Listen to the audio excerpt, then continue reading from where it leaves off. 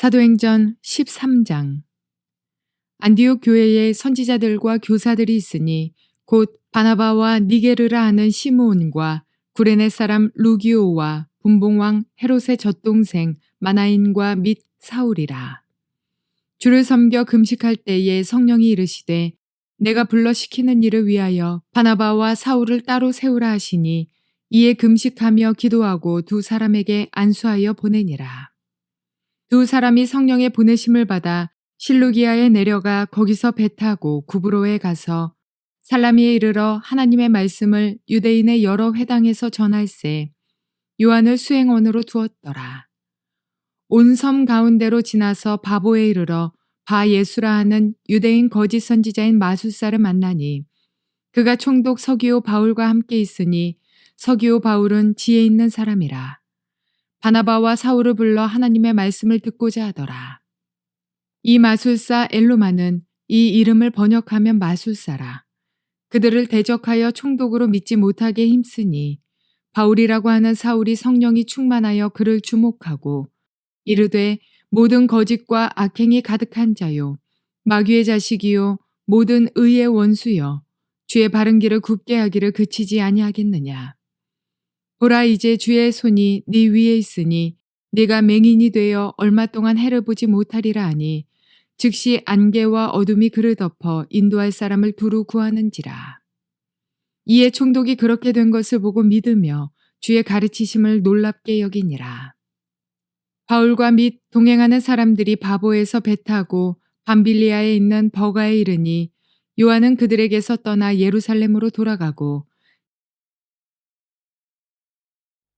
좋은 날입니다. 성령님께서 오늘도 여러분의 심령 가운데 깊은 평안과 큰 확신 주시기를 주님의 이름으로 축복하여 드립니다. 오늘은 사도행전 13장 1절부터 13절까지의 말씀을 통해서 복음 전도 혹은 선교의 성경적 전략을 아십니까? 라는 제목으로 말씀을 전해드리려고 합니다.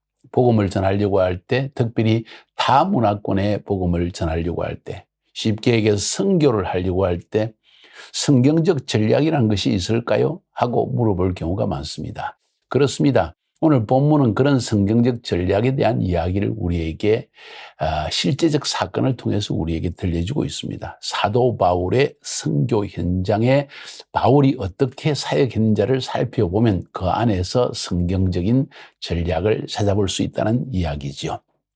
오늘 13장부터 시작해가지고 28장까지 전체는 사도 바울이 이방인 선교를 어떻게 했고 초대교회에서 12사도를 중심으로 한 히브리파 유대인들의 복음 전도를 넘어서서 이제 헬라파 전도자인 사도인 바울을 통해서 어떻게 땅끝까지 복음이 전거되는가 하는 과정을 보여주는 것이 13장부터 시작되어지는 바울의 선교에 대한 이야기입니다.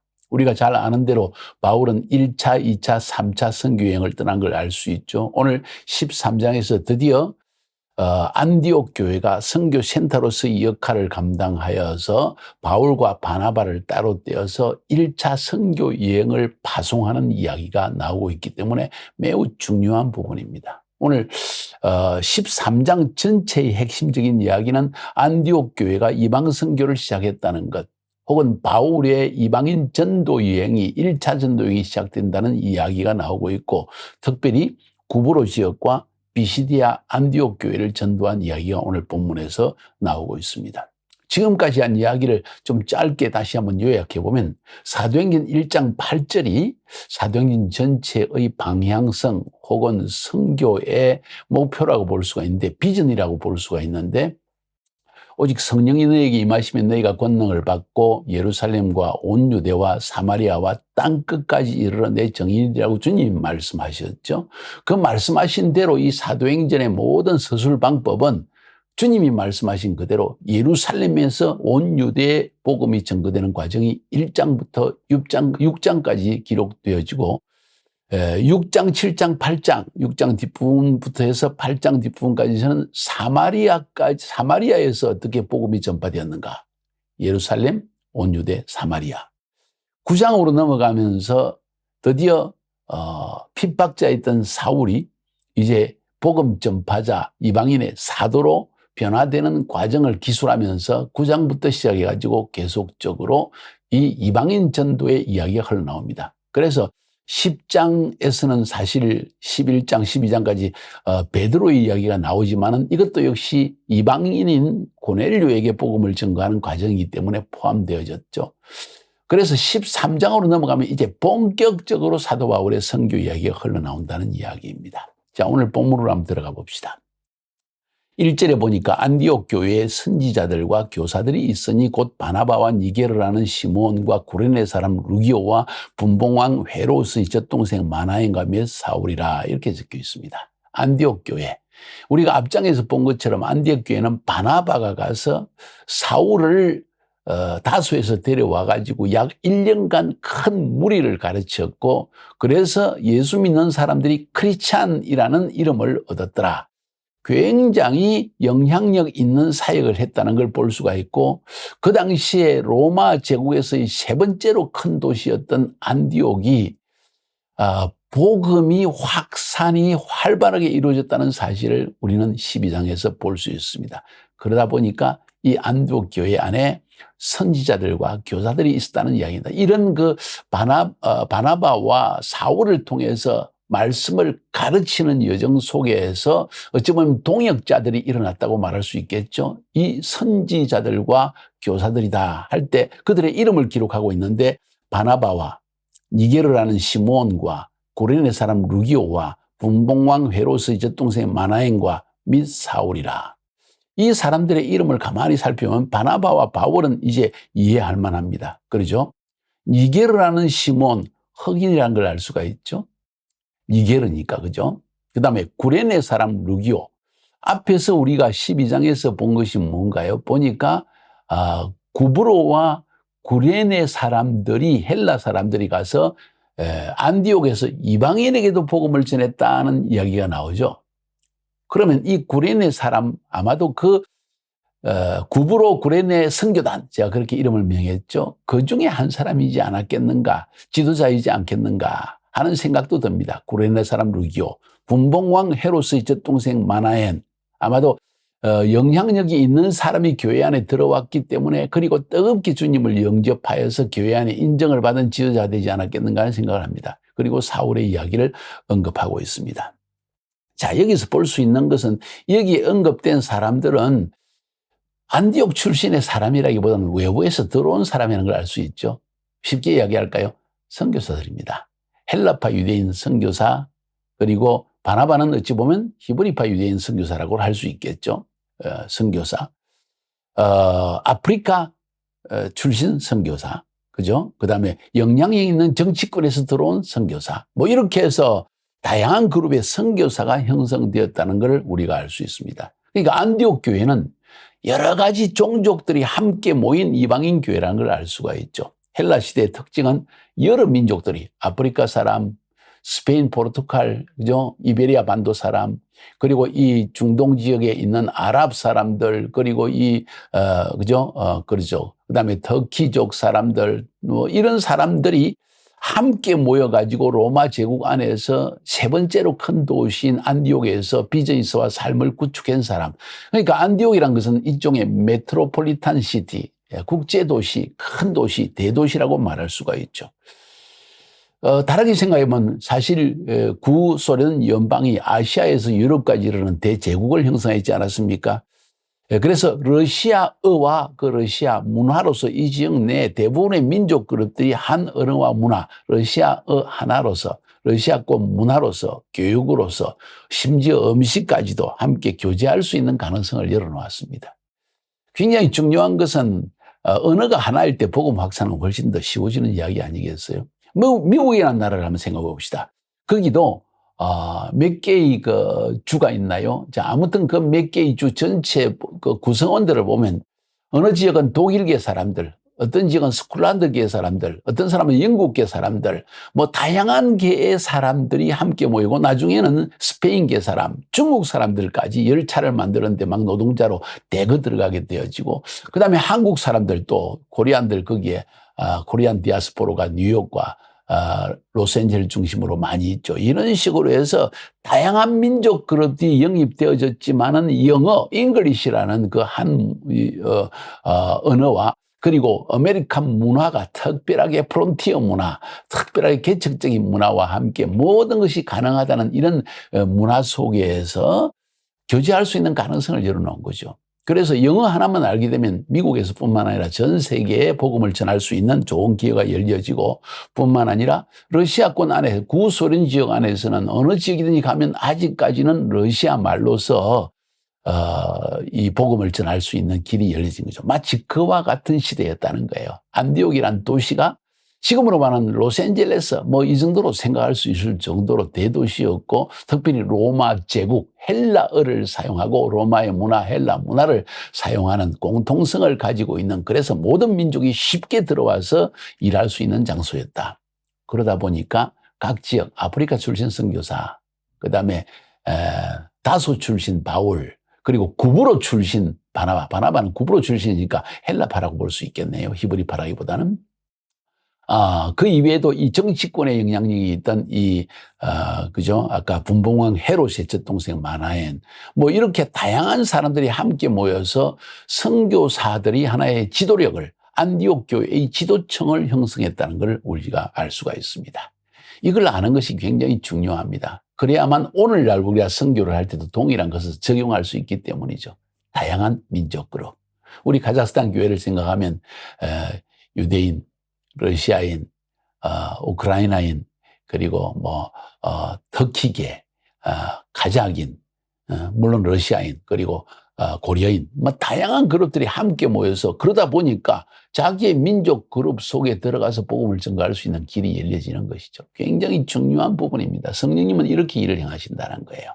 이해가 되시죠? 자, 그러면은 이 교회가 안디옥 교회는 어떻게 존재했을까 생각해 볼 수가 있는데 이 안디옥 교회는 결코 한 건물을 가지고 대부분의 사람들이 1,000명, 2,000명, 3,000명이 모여서 예배를 드리는 대형 교회가 아니었다는 거죠. 그런 교회의 모습을 우리가 생각할 때 한 건물을 가지고 매주일마다 모이는 조직과 형태를 가진 모딜트 교회, 집단적인 조직이 결정권과 행동을 가지는 이런 그 교회는 쉽게 형식화되기가 쉽습니다. 왜냐하면 그냥 지도력이 말하는 대로 따라만 하면 되고 예배만 참석하면 되니까요. 그런데 그와는 다르게 소델리티 교회라는 것입니다. 소델리티 교회라는 것은 개별의 모임이 결정권을 가지고 사역을 해나가는 교회. 쉽게 이야기하면 일종의 소그룹 교회라고 말할 수 있죠. 우리가 말하는 셀 조직을 가진 교회라고 말할 수 있죠.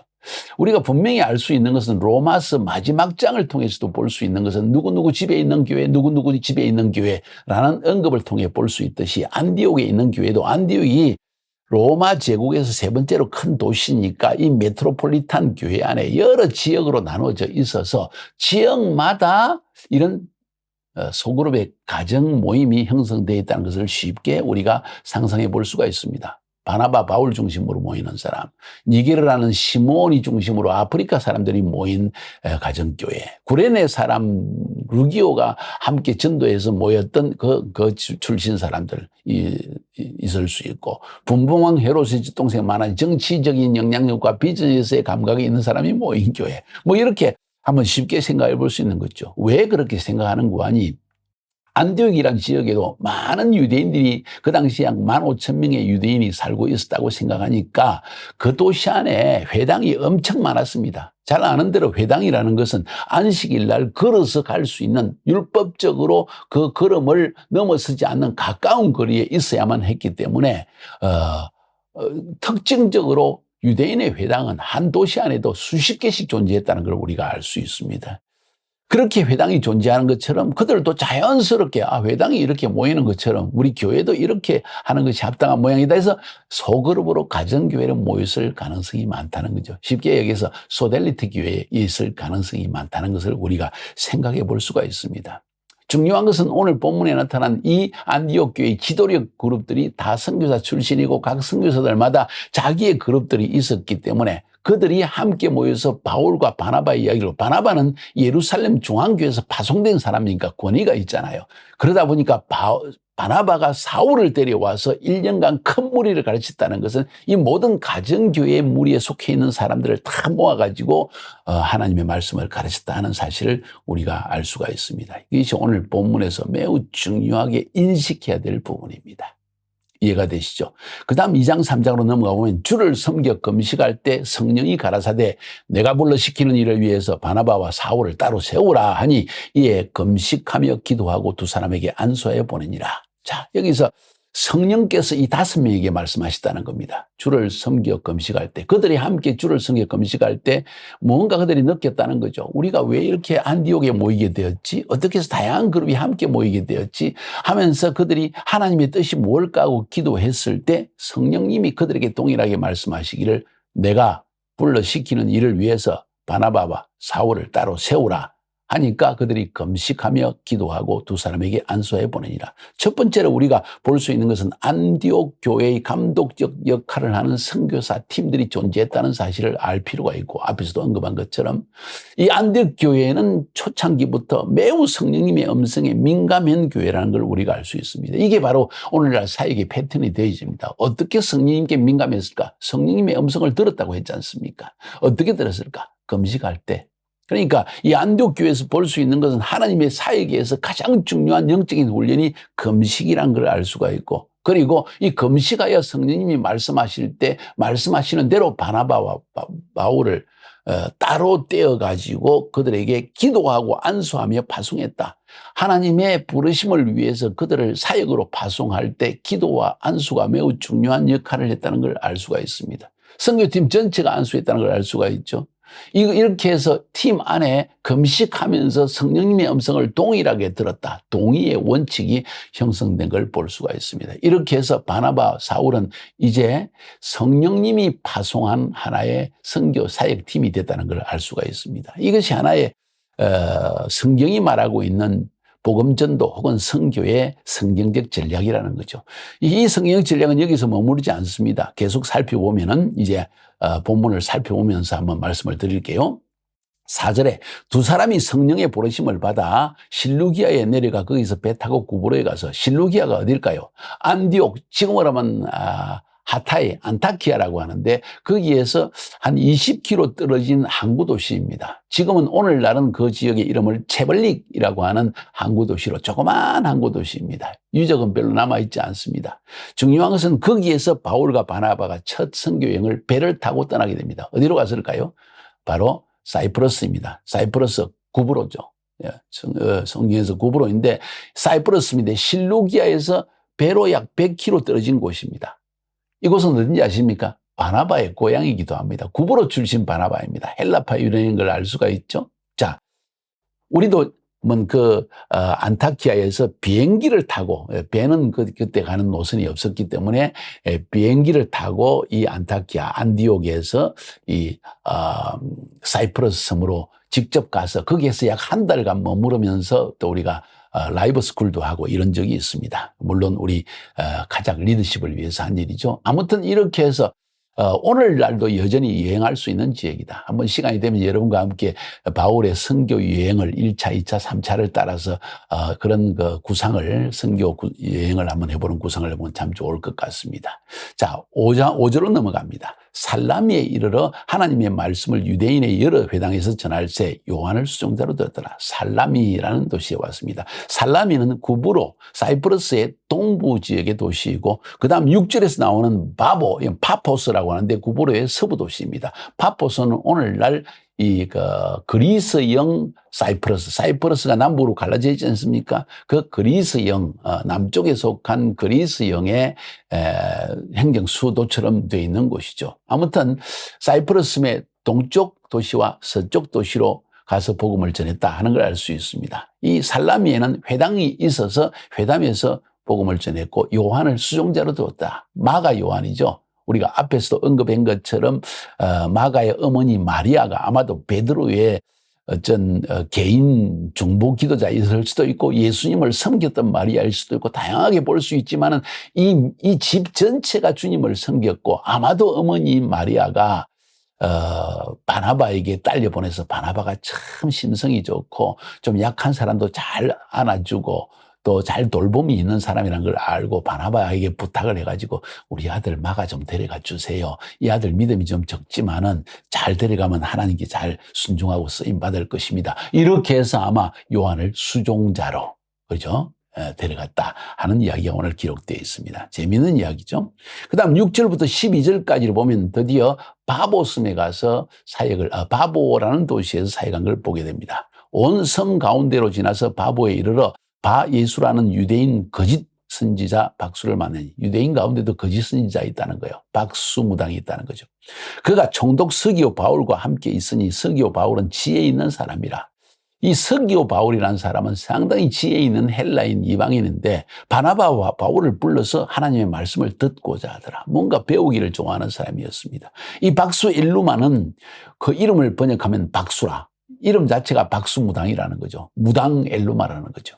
저희를 대적하여 총독으로 믿지 못하게 힘쓰니 바울이라는 사울이 드디어 이제 바울의 이름이 나옵니다. 성령이 충만하여 그를 주목하고 가로되 이 모든 괴계와 악행이 가득한 자요 마귀의 자식이요 모든 의의 원수여 주의 바른 길을 굽게 하기를 그치지 아니하겠느냐? 보라, 이제 주의 손이 내 위에 있으니 네가 소경이 되어서 얼마 동안 해를 보지 못하리라 하니 곧 안개와 어둠이 그를 덮어 인도할 사람을 두루고 하는지라. 이 총독이 그렇게 된 것을 보고 믿으며 주의 가르치심을 기이 여기더라. 오늘 본문의 이야기, 이제 바보에서, 앞에서는 살라미에서 복음을 전했는데 주로 회당에서 냈습니다. 지금 이제는 바보로 갔습니다. 자, 여기서 우리가 볼 수 있는 바울의 선교 전략만 살펴보려고 합니다. 엘루마가 어떤 사람이었고, 그 필요 없죠. 오늘 엘루마라는 박수 무당이, 바울의 이 책망을 듣고 완전히 소경이 된 이야기까지 나오게 되니까, 여기서 볼 수 있는 이 바울의 선교 전략, 성경이 말하고 있는 복음 전도와 선교의 성경적 전략이 뭔지를 한번 살펴보려고 합니다. 첫 번째는 회당 전략입니다. 이 회당 전략은 바울이 1차 전도, 특별히 초기 전도를 하려고 할 때, 전도 여행을 할 때 반드시 회당을 찾아갔다는 걸 알 수 있습니다. 회당 전략, 그게 뭘까요?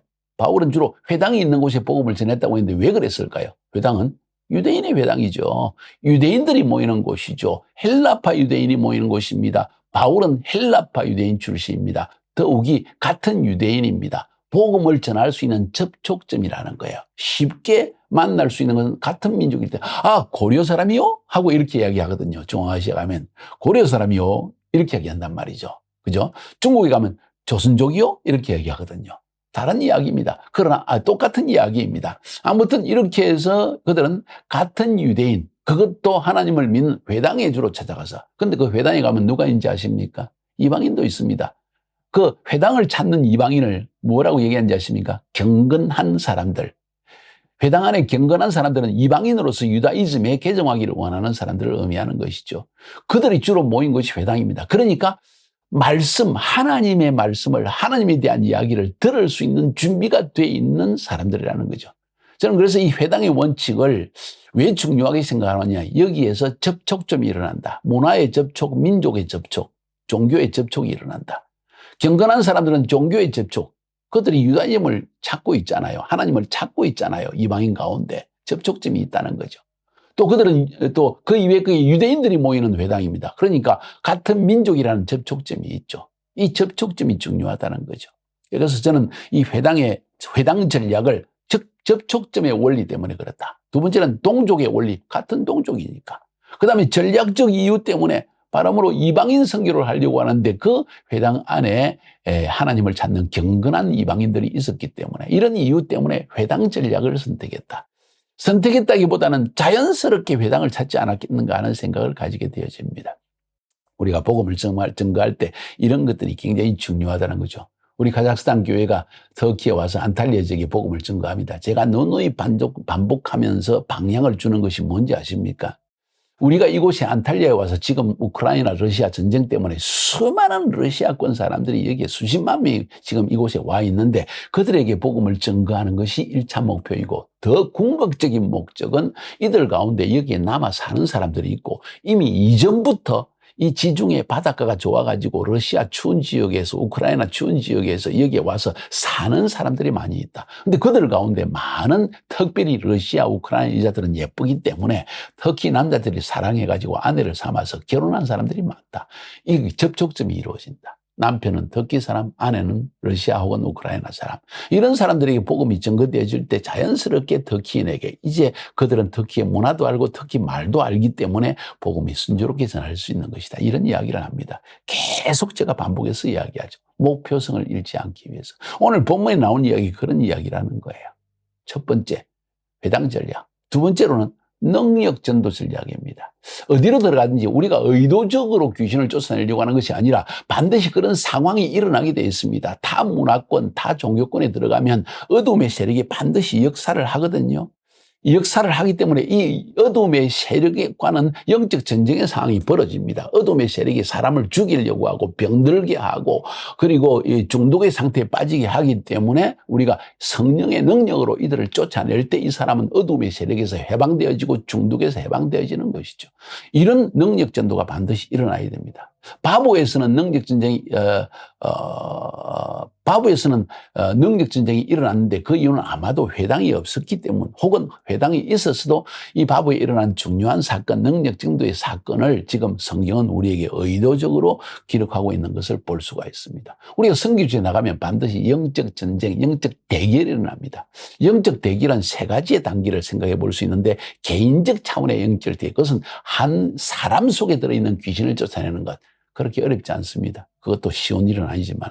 두 번째로는 마술적 차원의 종교 대결이 있습니다. 그러니까 이게 무당에게서 귀신을 쫓아내는 것. 그죠? 마술사에게서, 점쟁이에게서 악한 영을 몰아내고 그 사람이 주를 믿게 하는 것. 이건 벌써 마술적 차원의 영적 대결입니다. 좀 더 높은 차원입니다.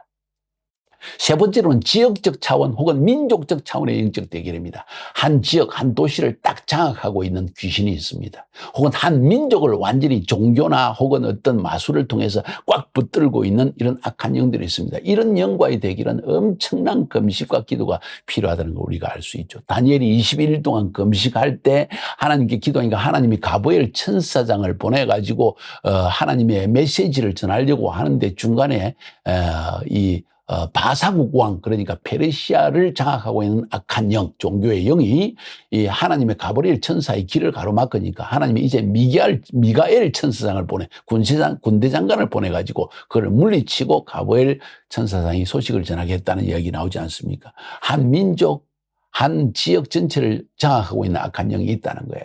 여러분은 지금 그런 선교 현장에 와 있다는 거예요. 그러니까 얼마나 금식하며 기도해야 되겠냐는 거예요. 어느 때까지? 이런 능력 전도가 능력 대결을 통해서 승리가 일어날 때까지 해야 된다는 거예요. 감사하게도 총독 서기오 바울은 복음에 대해서 개방적 태도를 지녔고 바울은 성령 충만했기 때문에 악한 영을 몰아낼 수 있었습니다. 하나님의 영의 도우심이 있었다는 거죠. 그리고는 이 총독이 바울을 통해서 이런 일이 일어나는 것을 보고는 주의 가르침을 기이 여기더라. 마음이 이제 열려졌다는 이야기죠. 우리가 복음을 전가할 때 말씀만으로 티칭만으로 되는 것이 아닙니다. 많은 서양 선교사들의 경우에는 주로 세미나를 통해 지식 전도합니다. 전도도 논리적인 설명을 하려고 하고 이해에 집중을 합니다. 이게 바로 서양 선교사의 경향입니다. 근데 제3세계 남미 지역 아프리카 선교사의 경향은 능력 대결을 통해서 하나님의 능력을 나타내게 하나님의 나라가 실제적으로 임하게 하는 방법을 사용합니다. 방법이 아니라 자연스럽게 그렇게 되는 것이죠. 이 두 가지는 다 필요한 것입니다. 예수님께서도 말씀하시기를 누가복음 10장 19절에 내가 너희에게 뱀과 정갈을 밟으며 원수의 모든 능력을 제어할 권세를 주었으니 너희를 해할 자가 길을 닦고 없으리라. 어둠의 권세가 만지지도 못한다. 그 말은 어둠 세기를 물리치는 영적 대결의 승리가 임할 것이라는 것입니다. 복음 전도 지역에 새로운 문화 지역에 새로운 종교의 지역에 우리에게 필요한 것이 무엇입니까? 더 강한 능력이 필요합니다. 그걸 위해서 더 많은 금식과 기도가 필요하다는 이야기입니다. 이걸 알면서도 우리가 기도하지 않고 그러면 능력 나타나지 않겠죠. 그럼 부르심은 성취되지 않겠죠. 기억하시기 바랍니다. 마지막 13절을 보고 마치려고 합니다. 바울과 및 동행하는 사람들이 바보에서 배 타고 밤빌리아에 있는 버가에 이르니 요한은 저에게서 떠나 예루살렘으로 돌아가고 바울과 동행하는 사람이라는 표현을 썼습니다. 그러니까 바울과 바나바 그리고 마가 요한이 있었는데 이제 거기에 사람들이 더 첨가된 걸 볼 수 있습니다. 아마도 구부로에서 몇몇 또 동사익자를 얻어서 우리가 바울 선생을 따라가겠습니다 하는 이야기가 나오지 않았는가 하는 걸 볼 수가 있고, 여기에 처음으로 바울이라고, 사울에서 바울로 이름이 바뀌는 걸 봅니다. 왜? 이제는 하나님이 인정하시는 선교 사역자로 이미 구부로 섬에서, 사이프러스 섬에서의 사역을 통해서 그가 사도 바울로서의 권세와 이름을 얻게 된 것을 우리가 보여주게 되죠. 그래서 바울과 동행하는 사람들, 바나바와 요한만이 아니고 다른 사람이 구부로에서도 첨가된 걸 볼 수 있죠. 바보에서 배를 타고 밤빌리아에 있는 버가가 어디입니까? 지금 바로 터키의 남부 지역에, 우리가 지금 이 녹음을 제가 하고 있는 안탈리아, 바로 거기에서 버가는 바로 옆에 있는 지역입니다. 요한은 저희를 떠나가고 예루살렘으로 돌아갔다. 왜 그랬을까요? 아마도 이 사이프러스 섬, 버가 섬에서, 이 바보에서 특별히 능력 전도가 일어나고 막 그 상황이 어지러지고 배를 타고 가는데 울렁거리고 배멀미를 하고 너무, 아이고, 하나님의 역사만 보고 좋은 일만, 축복만 받을 줄 알았더니 그게 아니네 하고, 나는 너무 힘들어서 못 가겠습니다 하고 까부러대다가 그냥 돌아가게 되었다는 거죠. 이런 이야기가 오늘 본문에서 일어나게 되어집니다. 자, 오늘 본문의 중요한 제목은 뭐였습니까? 복음 전도 혹은 선교의 성경적 전략을 아시나요? 복음 전도 혹은 선교의 성경적 전략을 아시나요? 하는 것이 오늘 본 제목입니다. 성경 전략이 뭘까요? 모델리티 교회가 아닌 소델리티 교회, 건물을 중심으로 세우는 것이 아닌 사람을 세워서 이 가정교회를 통해 소그룹을 통해서 사람을 훈련시키는 이 교회. 첫 번째 전략. 두 번째, 회당 전략. 접촉점을 찾아내라. 같은 민족, 같은 문화, 같은 종교권의 사람들이 이 접촉점을 찾아내가지고 그런 사람을 찾아가서 복음을 전하라. 회당이 바로 그런 회당 전략이라는 거죠. 세 번째로는 능력 전도 전략. 어디에 가든지 하나님은 능력으로 악한 영을 제압하여 하나님의 나라가 임하는 것을 보이기를 원하십니다. 여러분의 사역과 저의 사역에 그런 일들이 계속적으로 일어나게 되기를 주님의 이름으로 축복하여 드립니다. 승리합시다.